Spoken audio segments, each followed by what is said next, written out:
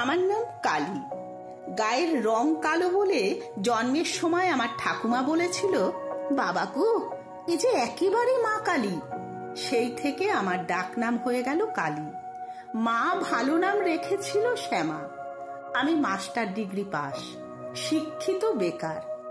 ছোটবেলা থেকেই আমাকে শেখানো হয়েছে আমায় গাঢ় রং মানায় না, গাঢ় কাজল আঁকতে নেই, জোরে জোরে হাসতে নেই, স্লিভলেস কুর্তি ব্যবহার করতে নেই। এখন আমার বয়স 23 বছর।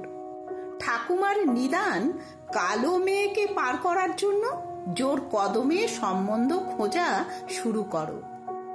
আজ আমি ভীষণ উত্তেজিত, একই সঙ্গে প্রচন্ড রকম টেনসড। এই প্রথম পাত্রপক্ষ দেখতে আসছে আমায়। আমি চোখ ভরে কাজল পরেছি, কপালে ছোট্ট কালো টিপ, হালকা লিপস্টিক আর আমার প্রিয় মেরুন শাড়িটা। তৈরি হয়ে ঘর থেকে বেরুতেই ঠাকুমা খেকিয়ে উঠে বললেন, দেখো, সাক্ষাৎ কালী। কালো গায়ের রঙে কেউ এমন শাড়ি পরে? অমন দুধে আলতা গায়ের রং মায়ের, মেয়ের কি করে এমন ছিঁড়ি হলো ভগবানই জানে। বৌমা, একটু এদিকে দেখো না। আমি কিছু বলতে যাওয়ার আগেই মা রান্নাঘর থেকে বেরিয়ে এসে শান্ত গলায় বুঝিয়ে বললেন, মারে, তোর গায়ের রংটা একটু চাপাতো, তাই ঠাকুমা বলছেন। গাঢ় রঙে রংটা আরো চাপা লাগবে, হালকা রঙের কিছু পর না, দেখ রং খুলবে। আমার চোখ ফেটে জল আসতে চাইল।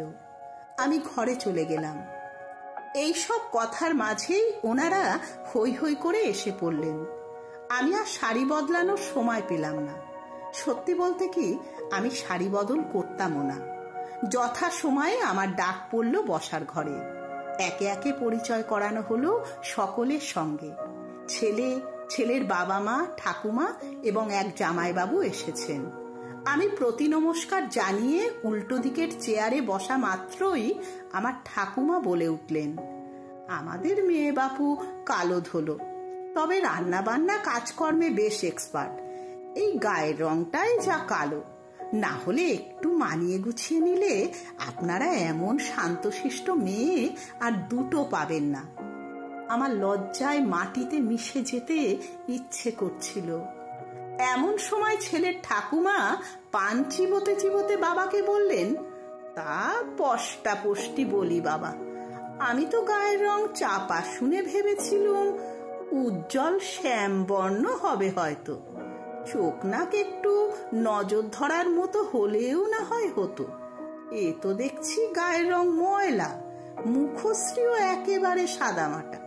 লেখাপড়া তবু করেছে, যদি একটা চাকরি বাকরি কিছু করত, তাও না হয় আত্মীয় সম্মুখে একটা মুখ থাকতো। কি বলো বৌমা, দেখে শুনেই ছেলের বিয়ে দেবে যখন। আমার পক্ষে আর বসে থাকা সম্ভব হলো না।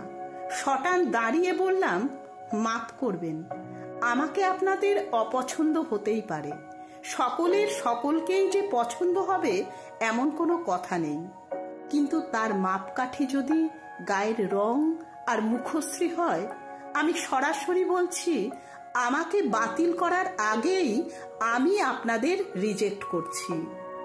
সারা ঘরে তখন পিন ড্রপ সাইলেন্স। আমি বেরিয়ে আসতে যাব, তখন ছেলের মা ব্যক্তিত্বময়ী কণ্ঠে বললেন, এই মেয়ে দাঁড়াও, আমি হলাম ছেলের মা। ছেলেকে আমি পেটে ধরেছি, মানুষ করেছি, আমার তো একটা মতামতের দাম আছে।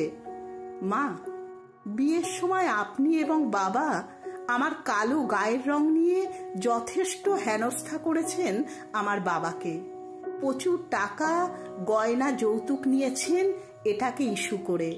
সারা জীবন আমাকে ছোট করেছেন লোক সমক্ষে।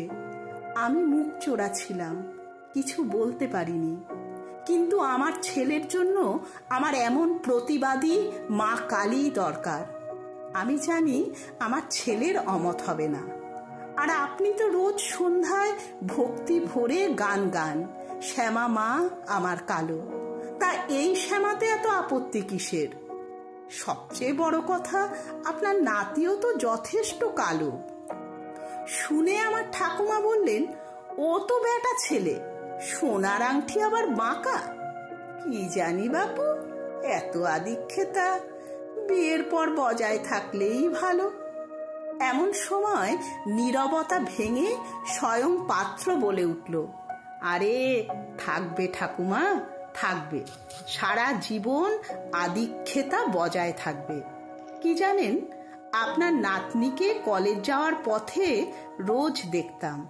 ওই কোমর ছড়ানো এক পিঠ চুল আর বুদ্ধিদীপ্ত চোখ দুটো ছাড়া আর কাউকেই মনে ধরল না যে। সময় পাল্টেছে, রুচিগুলো বদলাতে হবে তো। জং ধরে গেল যে আদ্যিকালের ভাবনায়।